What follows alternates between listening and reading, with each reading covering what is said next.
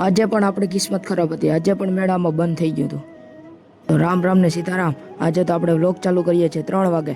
આજે આપણા મામાના છોકરા આવવાના હતા ને આજે પણ મેળામાં જવાનું હતું. તો આ બે આવી ગયા હતા. આ બેને પૂછ્યું કે મેળામાં આવું તમારે? તો એ બે કે હા અમારે આવું તો ખરું પણ અમે મોડા આવશું.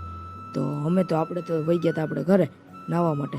પછી નાહી ધોઈને થઈ ગયા હતા રેડી મેળામાં જવા માટે. ને ટોપી લઈ લીધી હતી કારણ કે આપણે પવનથી વાળ ઉડી જાય છે તો વિખાઈ જાય એટલે એ ન મજા આવે. ને આ ખાઈ બેઠા હતા ને એ આવતા હતા ને અમે જતા હતા. આખા ભેગા જવાના હતા. પછી તો અમે બેસી ગયા હતા ગાડીમાં ને આપણે મારી લીધા હતા બૂટ ને થઈ ગયા હતા રેડી.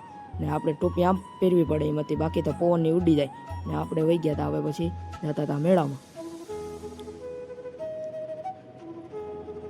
પછી પૂગી ગયા હતા મેળામાં. તો મેળામાં પૂગ્યા હતા. આજે પણ આપણી કિસ્મત ખરાબ હતી. આજે પણ અહીંયા બંધ નીકળું.